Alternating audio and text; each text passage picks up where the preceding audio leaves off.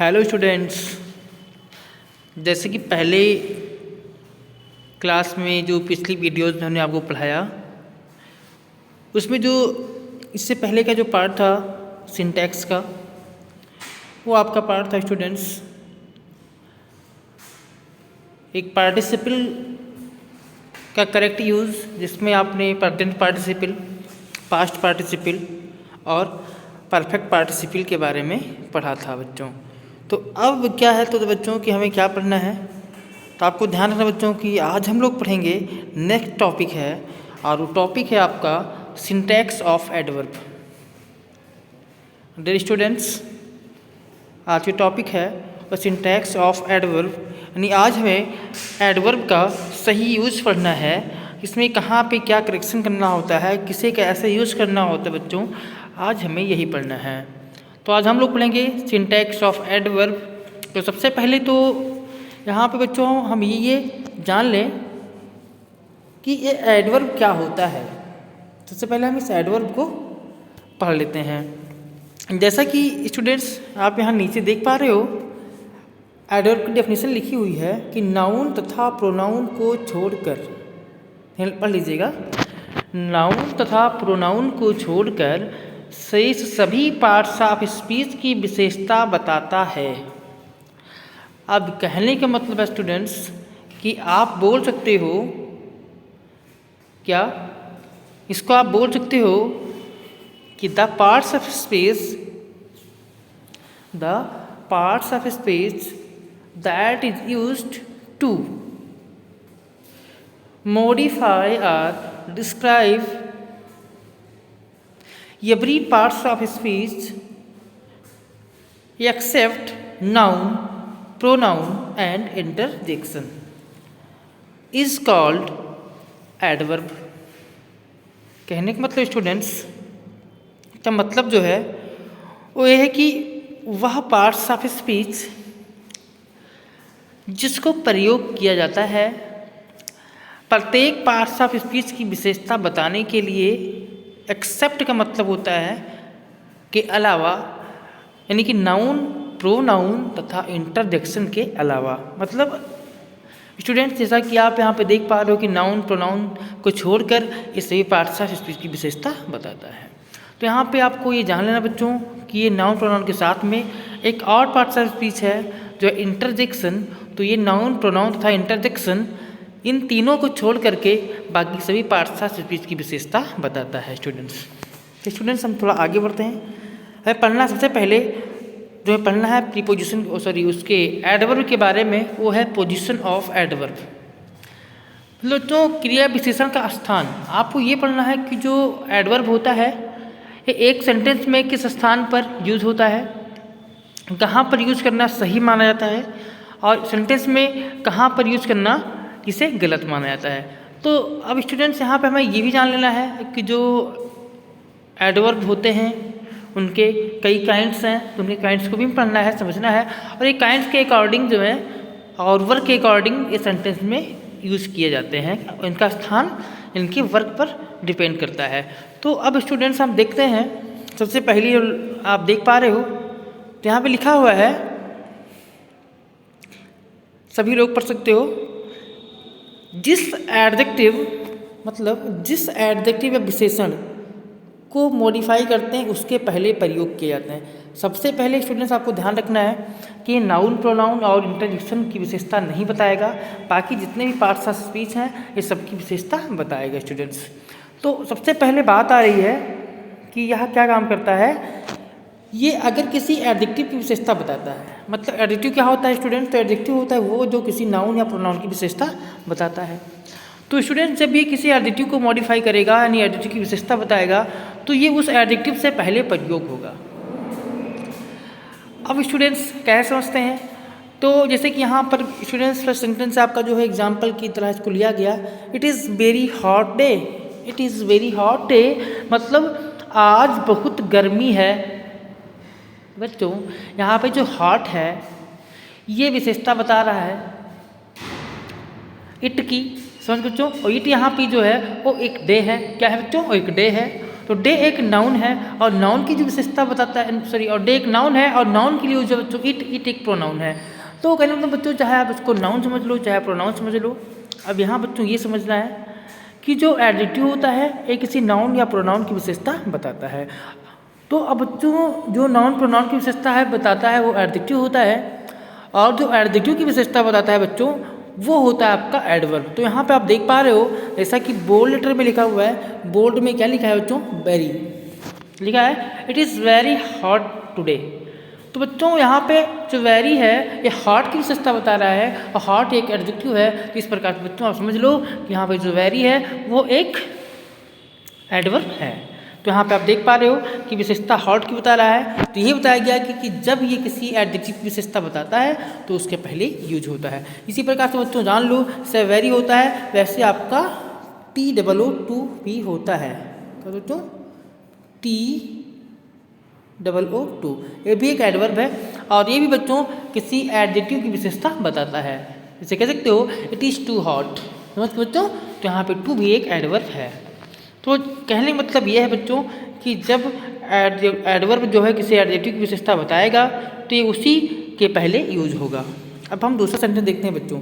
लिखा है he is a very good boy, he is a very good boy. तो यहाँ बच्चों आप देख पा रहे हो कि जो गुड है वो बॉय की विशेषता बता रहा है और बॉय यहाँ पर एक नाउन है। तो जो नाउन की विशेषता बताएगा वो एडजेक्टिव हो जाएगा और जो एडजेक्टिव की विशेषता बताएगा वो एडवर्ब हो जाएगा। तो यहाँ पे जो वेरी है बच्चों वो गुड की विशेषता बता रहा है। तो ये कहाँ पे यूज हुआ है बच्चों, तो ये यूज हुआ है उसी एडजेक्टिव से पहले जिसकी विशेषता बता रहा था। अब बच्चों हम थोड़ा आगे बढ़ते हैं और सेकंड रूल को पढ़ते हैं। तो रूल क्या कह रहा है पहले ये समझ लो। जो आपका रूल है वो कहता है कि ट्रांजिटिव वर्ब के होने पर ऑब्जेक्ट के बाद एडवर्ब आते हैं। अब बच्चों आपको ये ध्यान रखना है कि अगर सेंटेंस में जो वर्ब है वो ट्रांसिटिव है, और ट्रांसिटिव क्या होता है बच्चों, तो ट्रांसिटिव का मतलब होता है वर्ब विथ ऑब्जेक्ट। क्या होता है बच्चों, तो ट्रांसिटिव का मतलब होता है वर्ब विथ ऑब्जेक्ट, और वर्ब विथ ऑब्जेक्ट का मतलब होता है बच्चों कि ऐसा वर्ब प्लस ऑब्जेक्ट। मतलब बच्चों जब आपके सेंटेंस में जो वर्ब है इसके बाद ऑब्जेक्ट आता है, सेंटेंस में जो वर्ब है वो ट्रांसिटिव वर्ब मानी जाती है। तो जो समझ गए होंगे कि ट्रांसिटिव वर्ब क्या होता है। तो आप देख पा रहे हो कि ट्रांसिटिव वर्ब के प्रयोग होने पर ऑब्जेक्ट के बाद एडवर्ब आता है। तो याद ध्यान रखो कि जब सेंटेंस में जो वर्ब है वो अगर इंट्रांसिटिव है तो इंट्रांसिटिव के बाद में ऑब्जेक्ट नहीं है तो वहाँ पर एडवर्ब आ सकता है। लेकिन अगर सेंटेंस का वर्ब है वो ट्रांसिटिव है उसके बाद कोई ऑब्जेक्ट है तो बच्चों वहाँ पर क्या होगा कि जो भी ऑब्जेक्ट होगा सेंटेंस का उस ऑब्जेक्ट के बाद ही एडवर्ब आपका आएगा। तो स्टूडेंट से आपको समझ में आ गया होगा। और यहाँ पर बच्चों एक बात बता देते हैं, आप लोग याद रखिएगा कि अगर आपको ये पता लगाना हो कि सेंटेंस का जो वर्ब है वो ट्रांसिटिव है या इनट्रांसिटिव है तो इसके लिए आपके पास एक बहुत अच्छी ट्रिक है, आप उसको याद रख लो। क्या है कि सेंटेंस में तुरंत आप क्वेश्चन कर लो। किससे करना है क्वेश्चन, व्हाट से। तुरंत आप व्हाट से क्वेश्चन करो या हुम से क्वेश्चन करो। और अगर व्हाट या हुम से क्वेश्चन करने पर बच्चों अगर आपका ऑब्जेक्ट रिमूव हो रहा है तो समझ लो कि ये सेंटेंस आपका जो भी है इसकी जो वर्ब है वो ट्रांसिटिव वर्ब है। यानी कहने का मतलब बच्चों कि तब ट्रांसिटिव वर्ब के बाद में आपका जो ऑब्जेक्ट है वो ऑब्जेक्ट वहाँ पर है, और जब ऑब्जेक्ट है तो वो आपका जो वर्ब है वो ट्रांसिटिव वर्ब है। और ट्रांसिटिव वर्ब जब भी होगा तो ऑब्जेक्ट के बाद ही आपका एडवर्ब आएगा, ये कंफर्म हो गया। और ये आप अच्छे समझ लो कि आप ये कभी नहीं भूलोगे। और साथ में आप लोग बच्चों नोट्स बनाते चलो। आगे बढ़ते हैं। अब बच्चों हम देख पा रहे हैं सेंटेंस देखिए, पहले लिखा Radha did her work carefully. अब बच्चों यहाँ पे बात आई राधा डिड, राधा ने किया या राधा करती थी क्या, हर वर्क अपना कार्य। अब क्वेश्चन करें कि राधा क्या करती थी तो व्हाट्सएप ने क्वेश्चन किया तो हर वर्क वहाँ से रिमूव हो गया। यानी बच्चों यहाँ पे हर वर्क जो है वो एक ऑब्जेक्ट है, और जब वो ऑब्जेक्ट हो तो यहाँ पे डिड है वो ट्रांसिटिव वर्ब है। तो यहाँ पे देख पा रहे हो कि यहाँ पे जो एडवर्ब है केयरफुली, और केयरफुली कहाँ यूज हुआ है, ऑब्जेक्ट हर वर्क के बाद में। यहाँ पे किसके विशेषता किसकी बता रहा है, तो केयरफुली का मतलब ये डिड की विशेषता बता रहा है। डिड यहाँ पे वर्ब है, यानी काम को किया तो काम को किस प्रकार से किया, तो काम को केयरफुली किया। समझ गए बच्चों, तो ये एडवर्ब हो गया। अब हम आगे बढ़ रहे हैं। तो बच्चों अब नेक्स्ट जो आपका रूल है, रूल नंबर 3, वो क्या कह रहा है पहले समझ लो।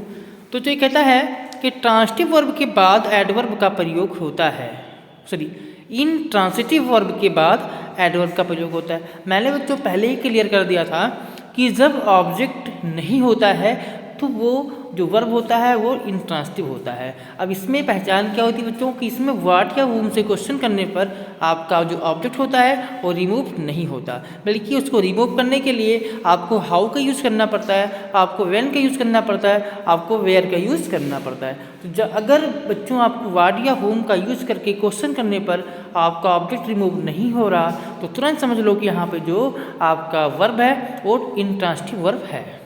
अब स्टूडेंट्स यहाँ पर हम आगे बढ़ते हैं तो एक सेंटेंस आप देख पा रहे हो, लिखा है, आपको बस जानना बच्चों कि इंट्रांजिटिव वर्ब के बाद एडवर्ब आता है, यानी कि यहाँ पे ऑब्जेक्ट है नहीं तो वर्ब के बाद ऑब्जेक्ट आपका एडवर्ब आ जाएगा। आप बच्चों देख पा रहे हो ही रन्स स्लोली। बच्चों यहाँ पे देख पा रहे हो कि जो रन्स है वो एक वर्ब है और रन्स के बाद में बच्चों कोई भी ऑब्जेक्ट नहीं है, बल्कि क्या है, स्लोली। स्लोली का मतलब होता है धीरे धीरे। तो ही रन स्लोली, वह धीरे धीरे दौड़ता है। तो कहीं ना कहीं बच्चों यहाँ पे स्लोली है वो रन्स की विशेषता बता रहा है, और जब रन्स की विशेषता बता रहा है बच्चों तो यहाँ पे स्लोली जो है ये एडवर्ब है और रन्स यहाँ पे इंट्रांजिटिव वर्ब है। क्यों? क्योंकि अगर आप क्वेश्चन करते हो तो जरा ये क्वेश्चन करो वह क्या दौड़ता है, क्या ये क्वेश्चन बन रहा है, क्या सेंटेंस आपको सही लग रहा है? नहीं। क्वेश्चन करो वह कौन दौड़ता है, ये कौन सा क्वेश्चन है, ये भी क्वेश्चन नहीं बन रहा। तो कहने के मतलब बच्चों की जब किसी सेंटेंस में whom या what से क्वेश्चन आप कर ही नहीं सकते तो सेंटेंस में जो वर्ब है वो इंट्रांजिटिव होगी। अब बच्चों अपना एक बात और ध्यान रखो कि अगर किसी सेंटेंस में ऑब्जेक्ट नहीं दिख रहा है, ये सेंटेंस में ऑब्जेक्ट नहीं दिख रहा है बच्चों, और आपको ये पता लगाना है कि आपका जो वर्ब है वो ट्रांजिटिव इंट्रांजिटिव है, तब उस समय भी आप व्हाट या whom का यूज़ कर सकते हो। क्योंकि बच्चों अगर कैसे कहा जाए उसने मुझसे कहा, तो बच्चों अगर मुझसे कहा तो कुछ तो कहा ही होगा ना, ऑब्जेक्ट नहीं है। इसे कहा जाए ही सेड, मैंने कहा ही सेड, उसने कहा। तो ये सेंटेंस यहीं पे खत्म हो गया। मान लीजिए तो उसने क्या कहा, क्वेश्चन तो बन सकता है नहीं, वो उसने क्या कहा या उसने किससे कहा, क्वेश्चन बन रहा है। तो जब क्वेश्चन व्हाट या whom से बन रहा है तो ट्रांजिटिव है, वहाँ आपको जो है और ध्यान रखना जब ट्रांजिटिव होगा तो उसके पैसे बन जाएगी, चाहे ऑब्जेक्ट हो उसके बाद या ना हो, क्योंकि उस समय आप ऑब्जेक्ट इट मान लेते हैं बच्चों। अब बच्चों हम आगे बढ़ते हैं, तो यहाँ पे देख लिए कि रन्स के से अगर हम क्वेश्चन करें तो व्हाट या whom से क्वेश्चन नहीं बन पा रहा है, इसलिए यहाँ पे जो रन्स है बच्चों वो आपका इंट्रांजिटिव वर्ब है, इसलिए इसके बाद में स्लोली आया है जो एडवर्ब है। अब हम बच्चों सेकंड देखते हैं, सी लॉफ्ट लाउडली। सी लॉफ्ट वो हंसी, कैसे हंसी, बहुत जोर जोर से हंसी, मतलब वो हंसी जोर जोर से, यानी वह जोर जोर से हंसी। तो बच्चों यहाँ पे ध्यान दो, जो लाउडली है ये हंसने की विशेषता बता रहा है, तो ये यहाँ पे एडवर्ब है। अब बच्चों यहाँ बात करते हैं कि लॉफ्ट क्यों है आपका इंट्रांजिटिव वर्ब, तो ऐसे क्वेश्चन कर लो, वह क्या हंसी, वह किससे हंसी। ऐसे तो वह किसके ऊपर हंसी हो सकता है, लेकिन वो किससे हंसी नहीं हो सकता है, वह क्या हंसी नहीं हो सकता है, इसलिए लॉफ्ट यहाँ पे बच्चों क्या है, ये इंट्रांजिटिव वर्ब है। अब थर्ड क्वेश्चन देखिए बच्चों, थर्ड सेंटेंस आपका है ही वॉक स्लोली, वह धीरे धीरे टहलती है। इसमें भी आपका लास्ट में वॉक यहाँ पे आप समझ सकते हो, यहाँ पर ये इंट्रांजिटिव वर्ब है। स्पोक है, यू स्पोक फुलिशली, तो स्पोक फुलिशली का मतलब हो गया उसने मूर्खतापूर्वक, वह मूर्खतापूर्वक बोलता था, तो फुलिशली यहाँ पर हो गया, स्पोक की विशेषता बता रहा है, यहाँ पर एडवर्ब है। तो स्टूडेंट्स से समझ गए होंगे। अब इसके बाद हम आगे बढ़ते हैं रूल नंबर 4 की तरफ। ये कह रहा है कि प्रीपोजिशन के पहले, मतलब बच्चों अब ध्यान रखना है कि अगर किसी सेंटेंस में कोई प्रीपोजिशन आता है और प्रीपोजिशन की विशेषता बता रहा है बच्चों, तो वो प्रीपोजिशन के पहले आपका एडवर्ब यूज होता है।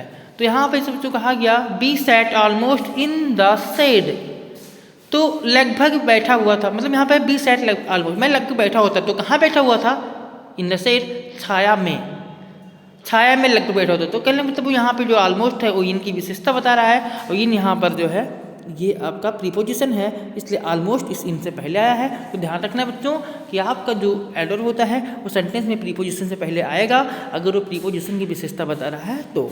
अब बच्चों हम बात करते हैं, he stood exactly behind me, वह खड़ा था एकदम से मेरे पीछे, मतलब एकदम से मेरे पीछे। तो यहाँ बिहाइंड की विशेषता बता रहा है बच्चों, और बिहाइंड जो है, और बिहाइंड क्या है, एक प्रीपोजिशन है, तो यहाँ पर इससे पहले एग्जैक्टली का यूज़ किया गया है बच्चों। तो ऐसे समझ लीजिए। अब हम नेक्स्ट रूल की तरफ बढ़ते हैं बच्चों। नेक्स्ट रूल क्या है आप देख लीजिए कि जब आपका आप ध्यान रखिए कि जब कंजक्शन जो है यहाँ पे ध्यान रखना है कि जब आपका एडवर्ब किसी सेंटेंस में बच्चों कंजक्शन को मॉडिफाई करता है, करने का मतलब जो कंजक्शन की विशेषता बताता है, तो बच्चों वो कहाँ पे यूज होगा, तो तुरंत याद रखो बच्चों कि वहाँ पर ये उसी कंजक्शन से पहले यूज हो जाएगा। अब बच्चों इससे पहले मैंने कई वीडियोज कंजक्शन के अकॉर्डिंग बना दी है, आप समझ सकते हो कि कंजक्शन के रूप में कोऑर्डिनेटिंग कंजक्शंस और सबऑर्डिनेटिंग कंजक्शंस का यूज होता है। आप बच्चों सबऑर्डिनेटिंग कंजक्शंस में क्वेश्चन वर्ड्स भी आ जाते हैं, तो यहाँ पर कोई क्वेश्चन वर्ड आ रहा है और वो किस सेंटेंस को जोड़ रहा है तो भी एक कंजक्शन ही होगा। तो बच्चों यहाँ पे ध्यान रखो, सेंटेंस बताया कि आपको मिल रहा है, फर्स्ट ये समझ लेंगे होंगे, आगे बढ़िए। टेल मी, मुझे बताइए, प्रिसाइजली हाउ इट हैपेंड, साफ साफ मतलब मुझे प्रिसाइजली बताओ कि ये किस प्रकार हुआ। तो बच्चों किस प्रकार की विशेषता यहाँ बता रहा है प्रिसाइजली, इसलिए किस प्रकार यहाँ पे जो कि किस प्रकार ये एक सबऑर्डिनेटिंग कंजक्शन है, इसलिए इसके पहले प्रिसाइजली का यूज किया गया बच्चों। अब बच्चों हम थोड़ा और आगे दूसरा सेंटेंस देखते हैं। तो लिखा है I shall go only when he comes, मैं केवल जाऊंगा, तो कब जाऊंगा बच्चों, तो आई शैल गो ओनली, मैं केवल जाऊंगा, व्हेन कि वह, जब वह आता है, मतलब मैं तभी जाऊंगा जब मैं केवल तभी जाऊंगा जब वो आएगा। तो कहने का मतलब बच्चों यहाँ पर क्या है कि जब की विशेषता, व्हेन की विशेषता या व्हेन की विशेषता बता रहा है आपका ओनली, इससे व्हेन से पहले यूज हुआ है आपका ओनली। अब थर्ड क्वेश्चन सेंटेंस और है बच्चों, आप देख लीजिए। He did this merely because, यहाँ बिकॉज जो है बच्चों ये आपका एक कंजक्शन है और कंजक्शन की विशेषता बता रहा है मेयरली, तो मेयरली का यूज बिकॉज से पहले किया गया है। बच्चों समझ सकते हो, आप विशेष नीचे लिखा हुआ है, ठीक है। तो यहाँ पे एनफ को लेकर के ध्यान रखिएगा, इससे क्वेश्चन जरूर आता है पेपर में, तो आप ध्यान रखो। जबकि एनफ का प्रयोग आप अच्छी समझ लीजिएगा, क्योंकि बच्चों एनफ जो होता है ये हमेशा एडजेक्टिव के बाद में यूज होता है बच्चों। ये क्या होता है, एडजेक्टिव के बाद में यूज होता है। तो यहाँ पे ध्यान रखना, क्वेश्चन में कई बार पेपर में कई बार क्वेश्चन ये आ चुका है, तो इस क्वेश्चन को आप ध्यान रखेंगे, इस नियम को आप हमेशा ध्यान रखेंगे। अब क्या नियम बच्चों, इसको पहले पढ़ लेते हैं। तो यहाँ पे आप देख पा रहे लिखा है एनफ का प्रयोग जब एडवर्ब के रूप में होता है। तो पहले ध्यान दो कि एनफ का यूज आप एज एन एडजेक्टिव भी कर सकते हो और एज एन एडवर्ब भी कर सकते हो। तो आपको ध्यान रखना है कि जब एनफ एडवर्ब की तरह काम करेगा तो बच्चों ये कहाँ पे यूज होगा, तो वह उस शब्द के बाद प्रयोग किया जाता है जिसको ये मॉडिफाई करता है। मतलब बच्चों एनएफ का प्रयोग जब हम एडवर्ब के रूप में करेंगे एनएफ, तो एनएफ को हम यूज़ करेंगे जिसकी विशेषताएं बताएगा उसके बाद में, ये आपको ध्यान रखना है। अब बच्चों यहाँ पे ध्यान रखो, लिखा हुआ है योर पे इज़ गुड एनफ। आप देखो अच्छा है तो कितना अच्छा है, पर्याप्त अच्छा है, बहुत ज़्यादा अच्छा है। तो अच्छा यानी गुड की विशेषता बता रहा है एनफ। यहाँ बच्चों जो या एनफ है ये गुड की विशेषता बता रहा है। अब जहाँ जो गुड है वो क्या है, ये एक एडजेक्टिव है और जो एडजेक्टिव की विशेषता बताता है वो एडवर्ब होता है। तो यहाँ पे एनएफ जो है बच्चों ये एक एडवर्ब है और गुड की विशेषता बता रहा है, इसलिए इसका प्रयोग गुड के बाद किया गया। अब बच्चों आपको हम बता देते हैं कि हमने पहले कहा कि ये क्वेश्चन पेपर में कई बार पूछा गया है, तो आप समझ लो कि क्वेश्चन कैसे आ सकता है। तो क्वेश्चन आएगा योर पे इज़ एनफ गुड, सेंटेंस आएगा बच्चों योर पे is enough good for your work. तो यहाँ पे समझ लो कि एनफ गुड ना होकर के गुड एनफ सही माना जाएगा, क्योंकि एनफ जब एडवर्ब की तरह यूज होगा बच्चों तो ये हमेशा उसके बाद प्रयोग होगा जिसकी विशेषता बताएगा। और इस सेंटेंस का आप देख सकते हो बच्चों, दूसरा सेंटेंस क्या है, he was kind enough to help me, वह मेरी सहायता करने के लिए पर्याप्त या बहुत पर्याप्त कह सकते हो या बहुत दयालु था। तो पर्याप्त दयालु था। तो यहाँ पे बच्चों काइंड क्या है, ये एक एडजेक्टिव है बच्चों। काइंड क्या है बच्चों, तो ये काइंड एक एडजेक्टिव है और ये काइंड विशेषता क्योंकि यही की विशेषता बता रहा है और काइंड की विशेषता बता रहा है एनफ, तो एनफ का प्रयोग हमने किया है काइंड के बाद में। ये समझ सकते हो बच्चों कि एनफ जिसकी विशेषता अगर किसी एडजेक्टिव की विशेषता बताएगा, यानी कहने का मतलब जब ये एडवर्ब की तरह यूज होगा तो ये हमेशा जिसकी विशेषता बताएगा उसके बाद आएगा, और जब ये एडजेक्टिव यूज होगा तो ये जिसकी विशेषता बताता है उसके पहले यूज होगा। ये भी आप ध्यान रखिएगा बच्चों। अब बच्चों हम बढ़ते हैं थोड़ा थर्ड सेंटेंस की तरफ। लिखा he spoke of highly enough, highly की विशेषता बता रहा है तो हाईली एक एडवर्ब था, और ये बच्चों ध्यान रखो कि एडवर्ब की विशेषता भी बताता है। समझ गए बच्चों, तो ध्यान रखना। तो हाईली के बाद यहाँ पर वर्ड एनफ का यूज किया गया है बच्चों। अब सेकंड और फोर्थ वाला जो आपका सेंटेंस है वो भी देख लो। ही वॉज फुलिश एनफ, यहाँ पे वह फुलिश था, कितना था, बहुत था, तो एनफ का यूज किया गया है किसके लिए, फुलिश की विशेषता बताने के लिए। फुलिश यहाँ पे आपका एडजेक्टिव है तो अभी एनफ यहाँ पे एडवर्ब है। तो समझ गए होंगे बच्चों कि जो आपका एनफ होता है अगर जो एडवर्ब की तरह यूज होगा तो जिसकी विशेषता बताएगा उसके बाद ही उसको हम प्रयोग करेंगे। अब बच्चों हम बढ़ते हैं 6 नंबर रूल नंबर 6 की तरफ। तो ये कह रहा है कि समय का बोध कराने वाले एडवर्ब इंट्रांसिटिव वर्ब के पहले प्रयोग किए जाते हैं। बच्चों समय का जो बोध कराने वाले एडवर्ब होते हैं, मतलब जो समय के बारे में बताएंगे वह एडवर्ब होंगे और तो इंट्रांसिटिव वर्ब के पहले प्रयोग किए जाते हैं। कहने मतलब अगर कोई वर्ब आपका इंट्रांसिटिव है तो उसके पहले यूज हो जाएंगे। समझिए बच्चों। तो जैसे सेंटेंस लिखा हुआ है ही, यहाँ पे कुछ आप समय का बोध कराने वाले एडवर्ब को पढ़ भी सकते हो, ऑलवेज, नेवर, ऑफन, समटाइम। बच्चों यहाँ पे ये भी ध्यान रखो कि फिर ये समय का बोध कराने वाले एडवर्ब क्या होते हैं, तो आप समझ सकते हो कि जो समय की विशेषता बताएं वही समय का बोध कराने वाले। तो ऑलवेज मतलब हमेशा ये समय की विशेषता बताएगा, नेवर मतलब कभी नहीं, ऑफन मतलब अक्सर या प्रायः, समटाइम मतलब कभी कभी, जनरली मतलब साधारणतया, रियली मतलब कभी कभार, चलता मतलब कभी कभार या शायद ही कभी। तो इस प्रकार से आप इसका अर्थ समझ गए बच्चों और इनका अब हम यूज देखते हैं। तो लेकिन अब ध्यान रखना है कि जो समय, बच्चों आपको ध्यान रखना है कि ऐसे एडवर्ब जो समय का बोध कराते हैं, समय के बारे में बताते हैं, वो वर्ब से पहले यूज होते हैं। तो सेंटेंस आपका है ही always laughed eight good joke, वह हमेशा एक अच्छे जोक पर हंसता था। तो बच्चों यहाँ पे लाफ्ड जो है एक इंट्रांसिटिव वर्ब है और ऑलवेज यहाँ पर जो है ये समय का बोध कराने वाला एडवर्ब है। तो ये लाफ्ड इससे पहले यूज किया गया है। बच्चों वीडियो थोड़ा लंबी बन रही है जब थोड़ा सा हम अपनी स्पीड बढ़ा रहे हैं। अब हम आगे देखते हैं। He never spoke about his own merits, यहाँ पे बच्चों क्या है, नेवर भी समय का बोध कराता है तो ये वर्ब स्पोक से पहले यूज हुआ है। ही ऑफन केम टू सी मी, वो कभी कभार या अक्सर या प्रायः आता था मुझे देखने, तो यहाँ पर केम से पहले आ गया ऑफन। यहाँ बच्चों क्या है, सेल्डम, कभी कभार समय बता रहा है तो स्टेट से पहले यूज हुआ है। समटाइम बच्चों ये भी समय है, समय बताया तो वर्ब सिलेक्ट से पहले इसका हम यूज़ कर रहे हैं बच्चों।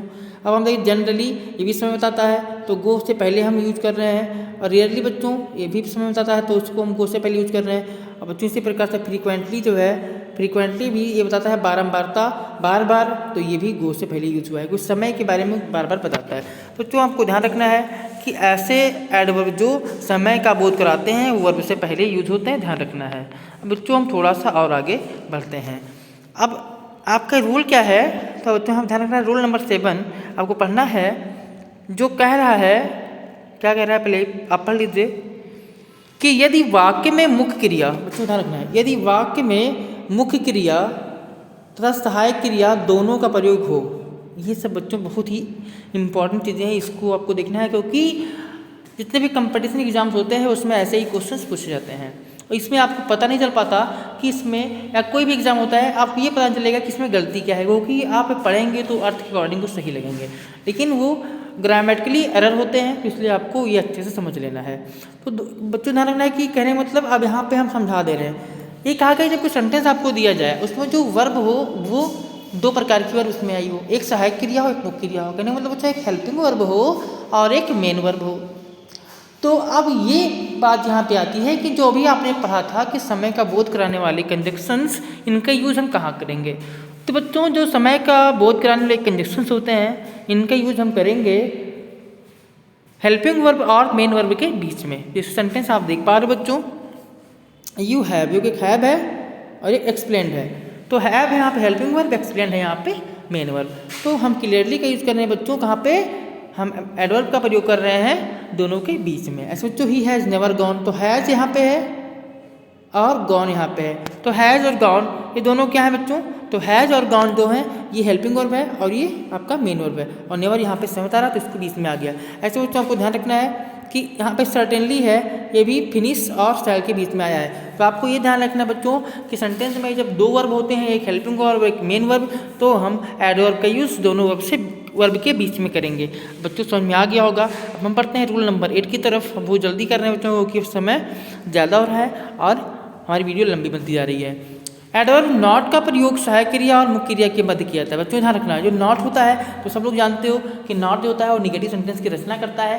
तो नॉट का यूज़ कहाँ करना है बच्चों, तो नॉट का यूज़ हमेशा हमें करना है सहायक क्रिया और मुख्य क्रिया के बीच में। कहने मतलब आपको ये ध्यान रखना है कि हमेशा ये सहायक क्रिया के बाद ही प्रयोग होगा। आप इस लोग जानते होंगे, say he did not work hard, I have not seen him, I you shall not go there, I will not play. तो यहाँ पे समय देख रहे हो कि विल प्ले में बीच में नॉट आ गया, यहाँ पे शैल गो के बीच में नॉट आ गया, यहाँ पे हैव सीन के बीच में नॉट आ गया, डिड वर्क के साथ में नॉट आ गया। तो दोनों हेल्पिंग और मेन वर्ब है, दोनों के बीच में आ जाता है नॉट। बच्चों ध्यान रखना कि जब सेंटेंस में केवल एक ही वर्ब हो और वो क्या हो, हेल्पिंग वर्ब हो, लेकिन एक ही वर्ब हो तो वो मुख्य क्रिया बन जाती है और सेंटेंस में मेन वर्ब होती है, तभी वर्ब टू बी के बाद हमेशा सहायक क्रिया का जो नॉट होता है उसके बाद ही यूज होता है। ध्यान रखने से he is not a doctor, he is not a teacher, she is not a singer. तो ऐसे समझ सकते हो बच्चों। अब बच्चों हम आगे बढ़ते हैं। रूल नंबर 9 एक क्या कहता है आपसे, रूल नंबर 9 समझ लो। एडवर्ब का प्रयोग टू और इन्फिनिटिव के बीच अशुद्ध माना जाता है। हमने पहले बताया बच्चों इन्फिनिटिव के यूज में कि इन्फिनिटिव जो है वो कभी भी स्प्लिट नहीं होता। इन्फिनिटिव का टू कभी उससे अलग नहीं हो सकता, ये दोनों साथ में यूज होंगे। तो आप कैसे सब समझ सकते हो, आप हम आसानी से जान सकते हो कि दोनों के बीच में अगर एडवर्ब आएगा तो गलत होगा। तो क्या करेंगे, एडवर्ब को आप इन्फिनिटिव की बाद यूज कर लेंगे या उसके पहले यूज कर लेंगे, लेकिन टू और एडवर्ब की फर्स्ट फॉर्म से पहले बीच में आप उसको यूज नहीं करेंगे। तो क्या समझो, इन्फिनिटिव को काट कर टू और वर्ब के बीच में नॉट का प्रयोग अशुद्ध माना जाता है। लिखा गया ही एडवाइज्ड मी। अब है टू और गो। बच्चों यहाँ पे थोड़ा देख लीजिए, टू और एक गो दोनों मिलकर के बन रहा है इन्फिनिटिव टू गो। अब टू गो को हम तोड़ नहीं सकते क्योंकि स्प्लिट इन्फिनिटिव गलत माना जाता है। तो नॉट को क्या करोगे बच्चों, he advised me not to go, not to go हो जाएगा बच्चों, नॉट टू गो। समझ बच्चों। अब आप ऐसे ध्यान रखो, जब आपको हम इम्परेटिव सेंटेंस पढ़ाते हैं नरेशन में, तो हम बताया गया कि नॉट का जो यूज होता है टू से पहले होता है। क्यों, क्योंकि वहाँ पे टू के लगने के बाद जो इम्परेटिव सेंटेंस का वर्ब होता है वो जुड़ता है तो इन्फिनिटिव बनता है। और इन्फिनिटिव के बीच में नॉट का यूज गलत माना था। समझ गए बच्चों। बच्चों हम आगे बढ़ रहे हैं। अब आगे हम बढ़ते हैं किधर, रूल नंबर 11। तो रूल नंबर 11 क्या कहता है, तो ये कहता है बच्चों, रूल नंबर 11 कहता है कि ओनली के प्रयोग पर वाक्य का अर्थ निर्भर करता है।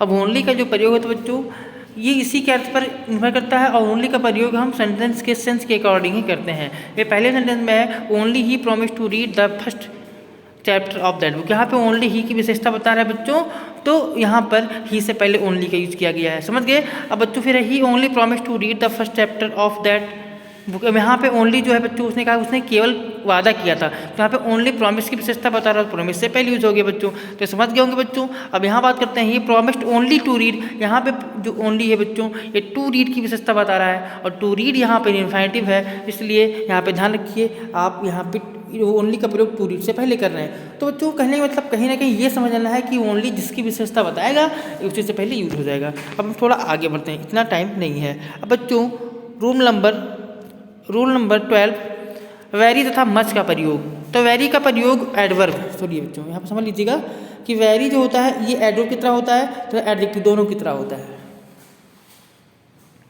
यहाँ बता रहा है कि वेरी का प्रयोग एडवर्ब तथा एडजेक्टिव की पॉजिटिव डिग्री के साथ होता है, जबकि मच का प्रयोग कॉम्परेटिव डिग्री के साथ किया जाता है। ध्यान रखना बच्चों कि जो वेरी होगा वो एडवर्ब हो चाहे एडजेक्टिव हो, उसकी डिग्री होती है पॉजिटिव डिग्री, कॉम्पिटिटिव डिग्री और सुपरलेटिव डिग्री। और जो इस डिग्री के ऊपर हम आप एक वीडियो बनाने वाले हैं, तो आप लोग अपनी राय कमेंट में दीजिएगा कि अगर डिग्री ऑफ कंपैरिजन आपको समझ में आता है, डिग्री ऑफ कंपैरिजन जैसे positive degree, competitive degree, superlative degree अगर आ गया है तो अच्छी बात है। अगर आप चाहते हो कि मैं उस पर एक वीडियो बनाऊँ तो आप लोग कमेंट बॉक्स में ज़रूर बताएं। अब यहाँ बात हो रही है जिसकी पॉजिटिव डिग्री के साथ होता है क्या, वेरी और मत का प्रयोग कॉम्पिटिटिव में, समझ कुछ तो आई एम वेरी सैड, तो यहाँ पे वेरी का प्रयोग सैड से पहले और सैड यहाँ पे आपका पॉजिटिव डिग्री है। सी रन्स वेरी फास्ट, यहाँ फास्ट जो है ये भी आपका फास्टर हो जाएगा, कॉम्पिटिटिव फास्ट हो जाएगा पॉजिटिव। ऐसे है सैड, सैडर तो सैडेस्ट, समझ कुछ तो ऐसे मच है बेटर, बेटर यहाँ पे गुड का था कॉम्पिटिटिव, तो अब मच का प्रयोग किया गया बच्चों। तो ऐसे ध्यान रखना है, फास्टर फास्ट का है तो ध्यान रखना मच का प्रयोग होगा कॉम्पिटिटिव में और वेरी का प्रयोग होगा बच्चों इसमें पॉजिटिव में। अब हम आगे बढ़ते हैं। तो सेकंड रूल है 12 का कि प्रेजेंट पार्टिसिपल के साथ वेरी तथा पास्ट पार्टिसिपल के साथ मच का प्रयोग किया जाता है। तो प्रेजेंट पार्टिसिपल का मतलब बच्चों हो गया आईएनजी फॉर्म और पास्ट का मतलब हो गया बच्चों थर्ड फॉर्म। तो यहाँ पे देख पा रहे हो थर्ड फॉर्म से पहले मच हुआ है, ओएनजी फॉर्म से पहले वेरी हुआ है। तो प्रेजेंट पार्टिसिपल में वेरी और पास्ट पार्टिसिपल में मच। समझ गए होंगे, नहीं समझ आएगा तो बताइएगा, मैं आपको समझा दूंगा। अब बच्चों बढ़ते हैं हम 12 का थर्ड। इसमें बता रहा है यदि पास्ट पार्टिसिपल के बाद, यदि पास्ट पार्टिसिपल के बाद नाउन का प्रयोग पास्ट पार्टिसिपल कॉम्प्लीमेंट के रूप में प्रयोग होता है तो वेरी का प्रयोग किया जाता है। Seat is a very complicated, यहाँ पे कॉम्प्लिकेटेड जो है बच्चों एक एडिटिव की तरह काम कर रहा है, प्रॉब्लम की विशेषता बता रहा है और यहाँ पर ये काम कर रहा है सेंटेंस को पूरा करने का, तो वेरी का प्रयोग हम कॉम्प्लिकेटेड से पहले कर दे रहे हैं। He is very tired, tired जो बच्चों यहाँ पे एडिटिव की तरह यूज हुआ है तो टायर्ड से पहले वेरी हो गया। सी इज़ वेरी कन्फ्यूज, कन्फ्यूज यहाँ पे हो गया एडिटिव की तरह यूज हुआ है, पास्ट पार्टिसिपल तो वेरी का यूज होता है। तो समझ लीजिए बच्चों कि जब कभी थर्ड फॉर्म का प्रयोग पास्ट पार्टिसिपल के रूप में हो और वो सेंटेंस को पूरा कर रहा हो, कॉम्प्लीमेंट की तरह यूज हुआ हो, तो वहाँ पर वेरी का प्रयोग उससे पहले आप कर सकते हो बच्चों। बच्चों बढ़ते हैं थोड़ा आगे। तो अब नेक्स्ट सेंटेंस है 13 पे येट एंड स्टिल का प्रयोग, तो दोनों सब एडवर्ब ऑफ टाइम होते हैं। येट का प्रयोग वाक्य के अंत में तथा स्टिल का प्रयोग वर्ब के पहले किया जाता है। पहले बच्चों जान लो कि येट और स्टिल जो होते हैं ये दोनों जब ये हो जाए तो कंजक्शन के रूप में तो इसका अर्थ अलग होता है, यहाँ पे ध्यान रखिएगा। लेकिन अब आप पढ़ रहे हो येट और स्टिल को एडवर्ब की तरह यूज होता है, तो दोनों सब जो है टाइम बताते हैं, लेकिन येट का प्रयोग वाक्य के अंत में होता है, स्टिल का प्रयोग वर्ब के पहले। ध्यान रखो स्टिल जब भी होगा वर्ब से पहले आ जाएगा और येट वाक्य के बाद में। तो यहाँ पे येट देख लो कम के बाद आया, कम के बाद आया, स्टिल जो है वर्ब से पहले आ गया, तो ये भी ध्यान रखना है बच्चों आपको। बच्चों थोड़ा हम और आगे बढ़ते हैं। 14 नंबर रूल कहता है आपको हार्डली, बेरली, स्केर्सली का प्रयोग तीनों शब्द नकारात्मक अर्थ को यहाँ पर ध्यान रखिएगा, तीनों शब्द होते हैं ये नकारात्मक अर्थ में प्रयोग किए जाते हैं, हमेशा निगेटिव रखते हैं। ध्यान रखना ही हार्डली, एनी हार्डली मतलब मुश्किल से, हार्डली में मुश्किल से, स्केर्सली का मतलब ही मुश्किल से होता है, बेरली का मतलब मुश्किल से होता है, तो ये सब हमेशा निगेटिव होते हैं बच्चों। ध्यान रखना ये निगेटिव ही माने जाएंगे। तो यहाँ पे एक और रखना बच्चों, जब इनका प्रयोग किया जाएगा तो इसका एनी का यूज होगा, सम का यूज नहीं होगा, ये भी आपको ध्यान रखना है बच्चों। अब हम पढ़ते हैं बच्चों थोड़ा सा और आगे। अब आगे कहाँ पढ़ रहे हैं, तो रूल नंबर है आपका 15, ऑफ कोर्स और सर्टेनली, इसको समझना है। तो ऑफ कोर्स और निम्न के उदाहरणों से देखिए, example there is of course an element, तो ऑफ कोर्स मतलब बेसिक एक एलिमेंट है, ऑफ कोर्स एन एलिमेंट की विशेषता बता रहा है, of truth in this argument, तो यहाँ इससे पहले यूज हुआ है। ही विल सर्टेनली कम, वो निश्चित रूप से आएगा, तो आने की विशेषता है, सर्टेनली का प्रयोग हम वर्ब से पहले करें टू अटेन द फंक्शन। अब बच्चों वीडियो थोड़ा बड़ी हो गई थी, वो जल्दी जल्दी हमने किया है, बट आपको समझ नहीं आया तो आप यहाँ पे कमेंट कर दीजिएगा। और आज आपको हम वर्क दे दे रहे हैं एक्सरसाइज नंबर 14। इसमें आपको क्या करना है बच्चों, तो इसमें आपको एडवर्ब का सही करेक्ट यूज करना है, एडवर्ब का सही प्रयोग करना है। जैसे तो फ्लावर स्मेल स्वीटली, अब आपको सही कर लेना बच्चों 1 से लेकर के 10 तक। अब कल आपको प्रीपोजिशन का सिंटैक्स बताया जाएगा, आप इसको देख लीजिएगा बच्चों, करेक्ट द फॉलोइंग सेंटेंसेस, इसको सही कर लीजिएगा। वीडियो को देखने के लिए थैंक्स। अगर अभी भी आपने मेरे चैनल को सब्सक्राइब नहीं किया है, मेरी वीडियो आपको अच्छी लग रही है, चैनल को सब्सक्राइब कर लीजिए और मेरी सभी वीडियोस को लाइक कर दीजिए। और आप बिना स्किप किए पूरी वीडियो देखा करें, क्योंकि अगर जो वीडियो देख लेंगे, जो भी टॉपिक मैंने बताया है वो टॉपिक आपका क्लियर हो जाएगा। आपको फिर किसी दूसरे टीचर की आवश्यकता नहीं पड़ेगी, आप किसी से क्वेश्चन करने की कोई ज़रूरत नहीं पड़ेगी, आपका सारा क्लियरिफिकेशन यहीं से आपको मिल जाएगा। धन्यवाद बच्चों, जय हिंद, वंदे मातरम। फिर मिलेंगे नेक्स्ट वीडियो में, तब तक के लिए आप मेरे वीडियोज़ को देखते रहें, नोट्स बनाते रहें और इंग्लिश को मजबूत करते रहें।